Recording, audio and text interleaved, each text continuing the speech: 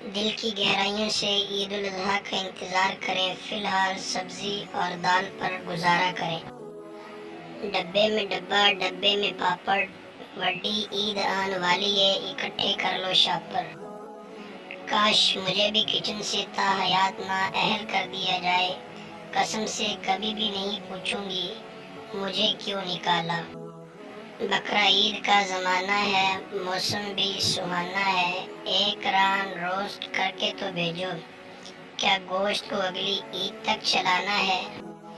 یہ بڑی عید نہیں آسان، بس اتنا سمجھ لیجئے، بہت سارے گوشت کے شاپر ہیں اور سارے رشتہ داروں کو پہنچانے ہیں۔ تمام مسلمانوں سے درخواست ہے کہ ہمارے گوشت سے فریج نہیں بھرنے بلکہ غریبوں میں بھی تقسیم کرنا ہے۔